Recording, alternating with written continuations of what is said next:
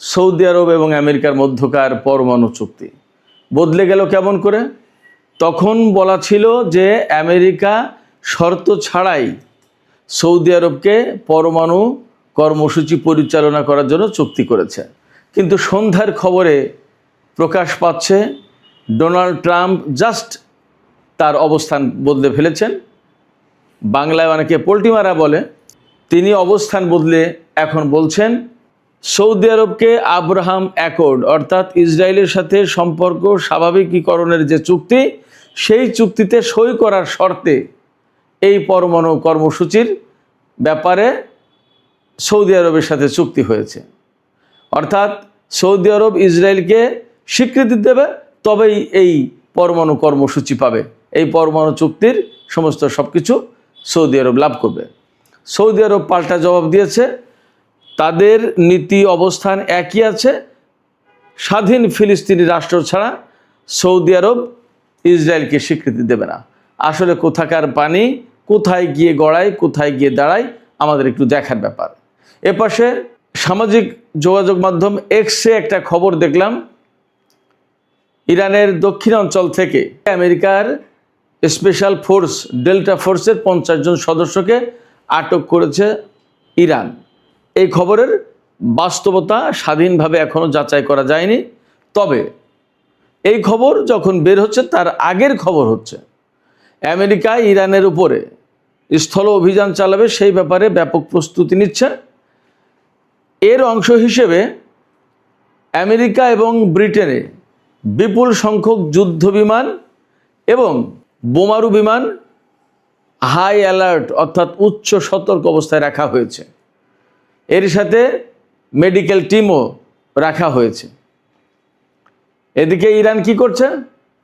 Iran যা করছে তা হচ্ছে এই উপকূলীয় অঞ্চলের সাধারণ লোকজনের ভেতরেও গুলি এবং অস্ত্র বিতরণ করেছে। পাশাপাশি ইরানি মিডিয়ায় খবর বের হয়েছে যে হেলিকপ্টার দেখলেই গুলি করবে লোকজনকে আহ্বান জানিয়েছে। আমি গতকাল অথবা পরশুর একটা ভিডিওতে বলেছি যে ইরান উপকূলীয় অঞ্চল জুড়ে 10,000 স্নাইপার মোতায়েন করেছে। শুধু তাই না, সম্ভাব্য স্থল অভিযান মোকাবেলার জন্য ইরান সামরিকভাবে পূর্ণ প্রস্তুতি নিয়ে রেখেছে। আমি কিন্তু গতকাল অথবা পরশুদিনের আর একটা ভিডিওতে বলেছিলাম ইরান ইরাক এবং কুয়েতের সীমান্তবর্তী অঞ্চলে তার পদাতিক বাহিনী পাঠিয়েছে, ট্যাঙ্ক, সাজোয়াজান এবং স্থলযুদ্ধের জন্য যা যা লাগে এরকম সমস্ত সব কিছু পাঠিয়েছে।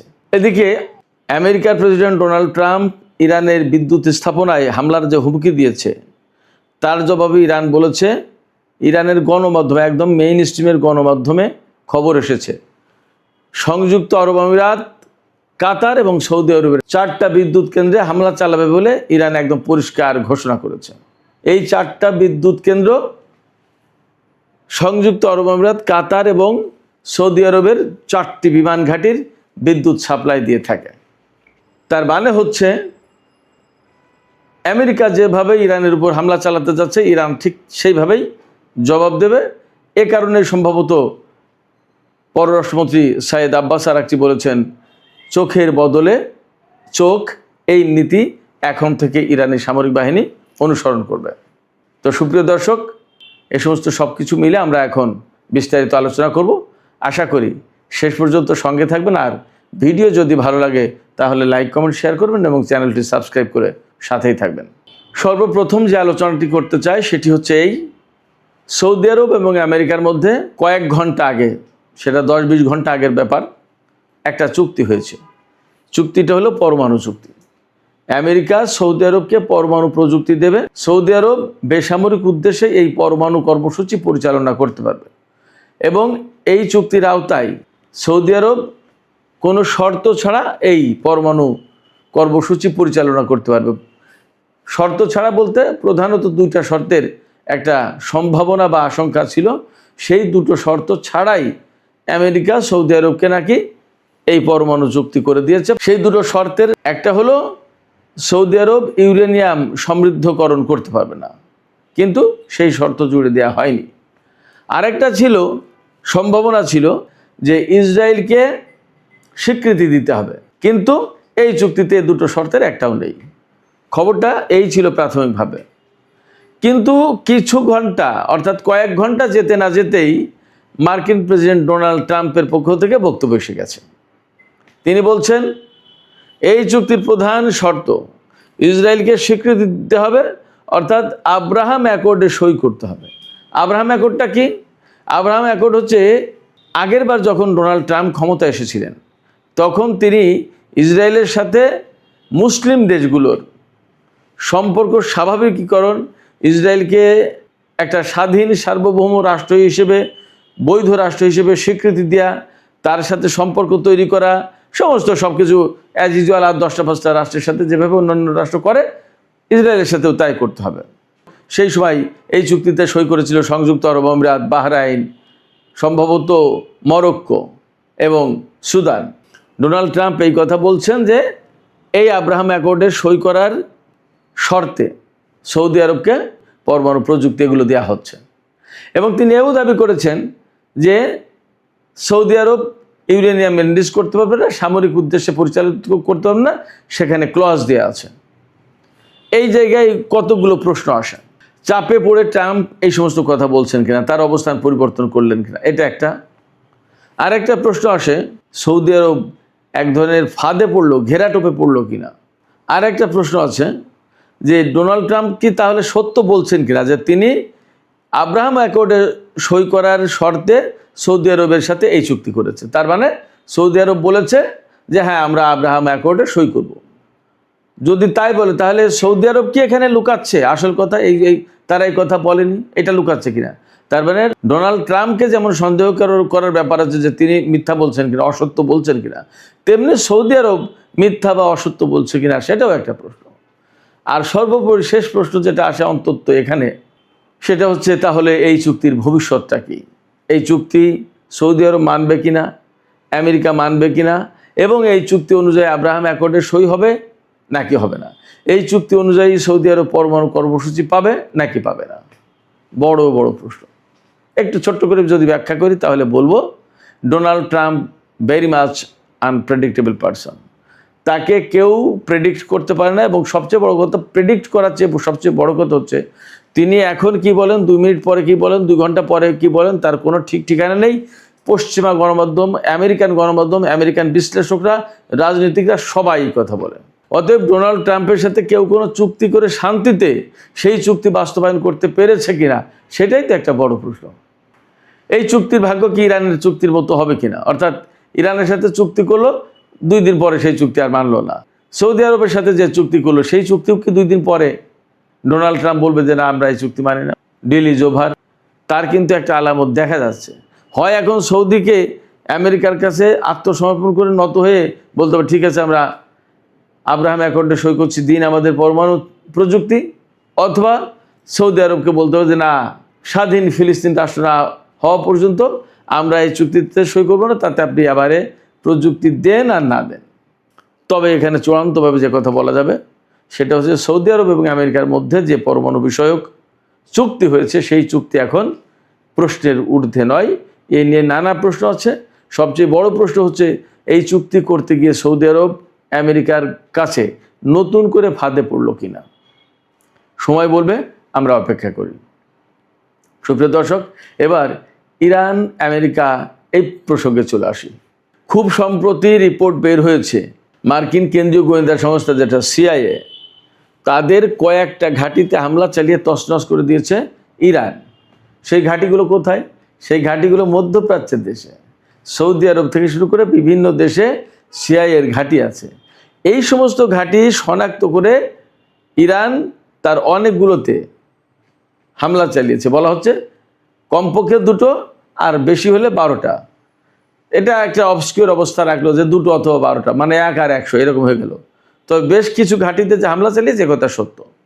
এবং এই হামলা ইরান কি করে চালালো এতটা টু দ্য পয়েন্টে, এটা নিয়ে গবেষণা করছে আমেরিকা, তদন্ত করছে, এবং তারা প্রাথমিকভাবে দোষারোপ করছে যে রাশিয়া এই গোয়েন্দা তথ্য দিয়ে ইরানকে হেল্প করেছে। আমেরিকা বা পাশ্চাত্যের একটা সমস্যা হচ্ছে ইরান যে নিজেরা গোয়েন্দা তথ্য সংগ্রহ করে কাজ করতে পারে এটা তারা বিশ্বাস করতেছে না। ইরান যে সামরিক দিকে অনেক বেশি শক্তিশালী হয়েছে এবং তাদেরকে যে বড় রকমের বিপদে ফেলতে পারে, একথা তারা স্বীকারই করতে চায় না। তারা সবসময় ইরানকে আন্ডার এস্টিমেট করে এবং ইরানকে ছোট, দুর্বল একটা অচ্ছুত দেশ হিসেবে দেখাতে চায়। কিন্তু মধ্যপ্রাচ্যে যে ইরানের কাছে তারা এত বিরাট চ্যালেঞ্জের মুখে পড়েছে, একথা তারা স্বীকার করতে চায় না। দেখছে বাট প্রকাশ করবে না। কেন? তাদের সম্মান যাবে, তাদের প্রভাব প্রতিপত্তি সব শেষ হয়ে যাবে, তাদের যে একক কর্তৃত্ব, আধিপত্য, এটা শেষ হয়ে যাবে।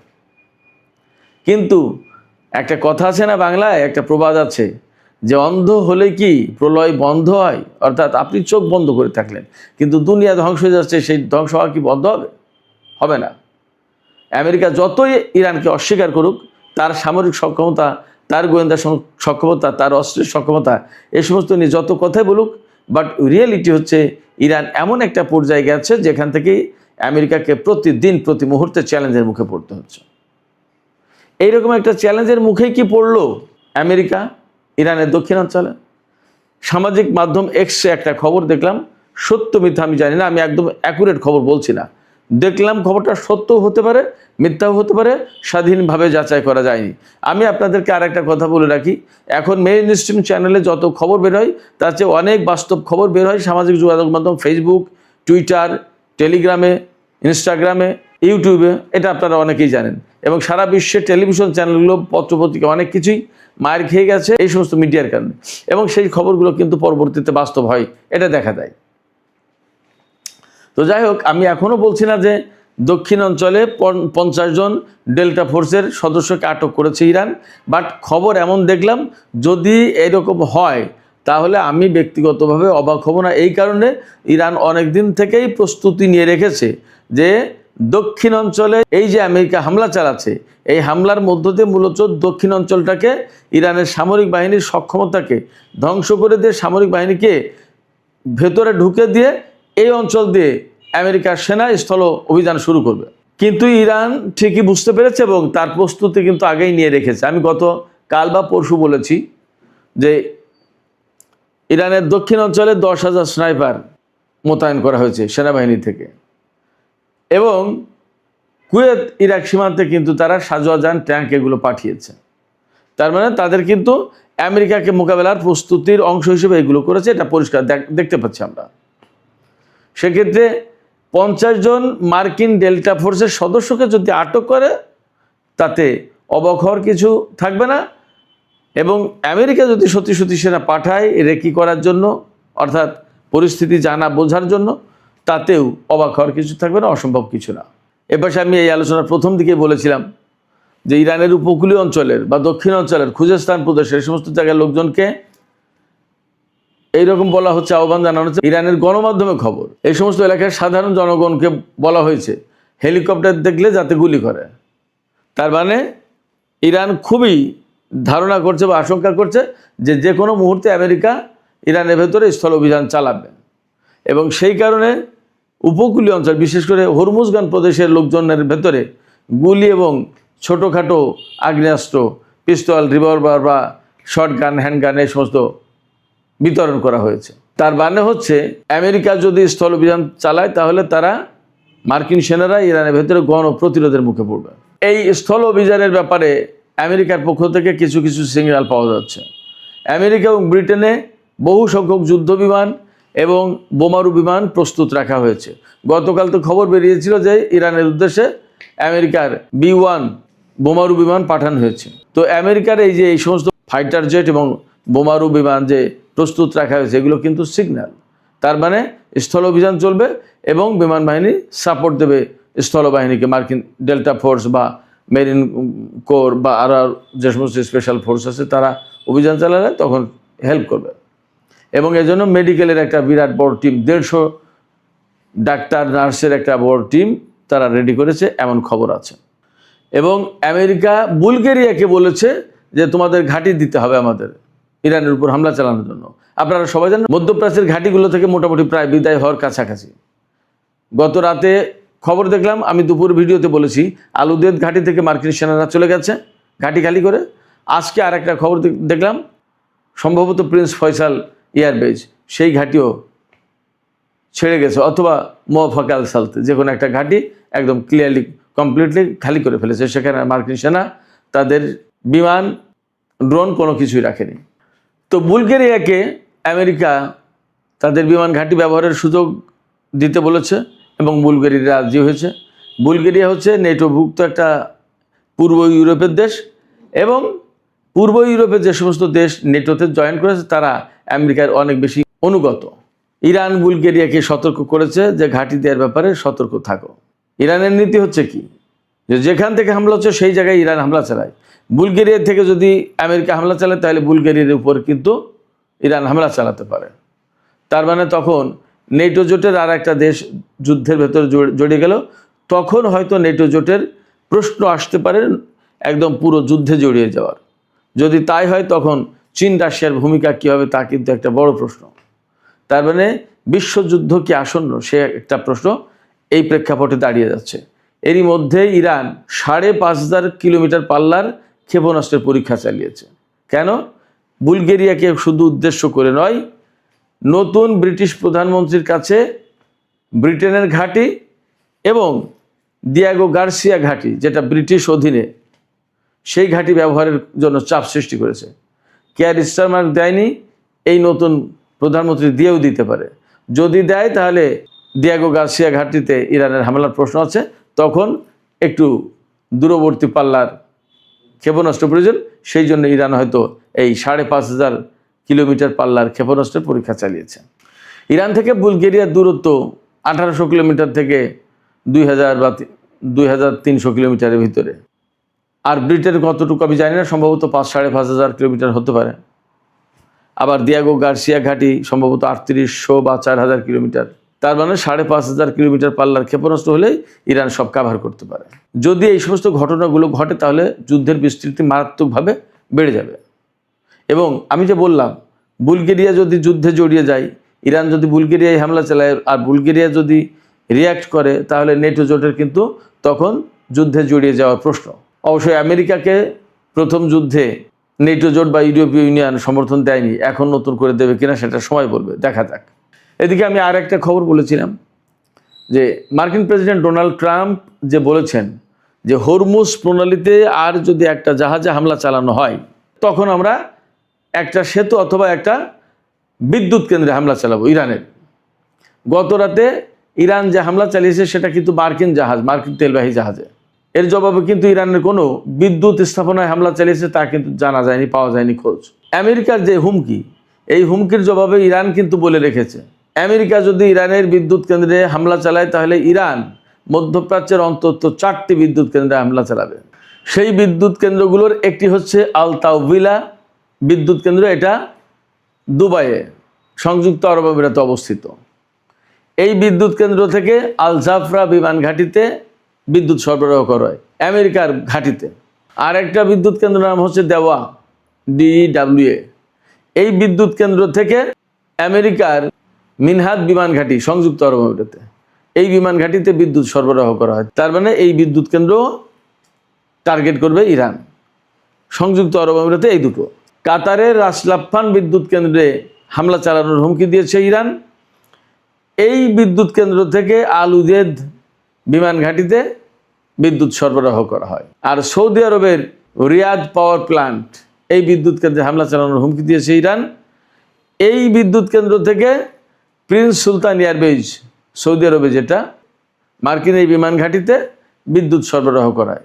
তার মানে মধ্যপ্রাচ্যের খুব গুরুত্বপূর্ণ 4টি বিমান ঘাঁটিতে যে সমস্ত বিদ্যুৎ কেন্দ্র বিদ্যুৎ সরবরাহ করে সেই সমস্ত বিদ্যুৎ কেন্দ্রের উপরে ইরান হামলা চালানোর হুমকি দিয়েছে। তো সামগ্রিক পরিস্থিতিতে যা বোঝা যাচ্ছে, মধ্যপ্রাচ্যে আমেরিকার অবস্থা যথেষ্ট নাজুক। ইরান এখন যে কথা বলছে যে মধ্যপ্রাচ্য থেকে সম্পূর্ণভাবে মার্কিন সেনা চলে না যাওয়া পর্যন্ত এই হামলা বন্ধ হবে না।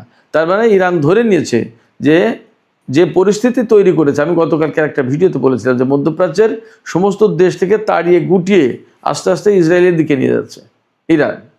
আর মধ্যপ্রাচ্যের অনেকগুলো ঘাঁটি কিন্তু খালি করে ফেলেছে। ব্যাপারটা যদি তাই হয় তাহলে এই সমস্ত ঘাঁটির পরিণতি কী? ইরান সহজে এখানে ফিরতে দেবে না। তাহলে দাঁড়াচ্ছে পরিস্থিতি এই রকম, মধ্যপ্রাচ্য থেকে আমেরিকা চলে যাবে কিনা, মধ্যপ্রাচ্যের বিভিন্ন ঘাঁটি থেকে আমেরিকার সেনা থেকে প্রত্যাহার করবে কিনা, চূড়ান্তভাবে মধ্যপ্রাচ্যে আদৌ আমেরিকার সামরিক উপস্থিতি আর থাকবে কিনা সেই প্রশ্ন এখন বড় হয়ে দেখা দিয়েছে। সুপ্রিয় দর্শক, এখনকার আলোচনা এখানে শেষ করতে চাইছি। আপনাদের কাছে আমি এই একই প্রশ্ন রেখে গেলাম যে আপনারা কি মনে করেন যে মধ্যপ্রাচ্য থেকে আসলেই আমেরিকার চলে যাওয়ার কোনো প্রশ্ন সামনে এসে দাঁড়িয়েছে? আপনাদের কি মনে হয়? আপনাদের মতামত ভিডিও কমেন্টে জানাতে পারেন।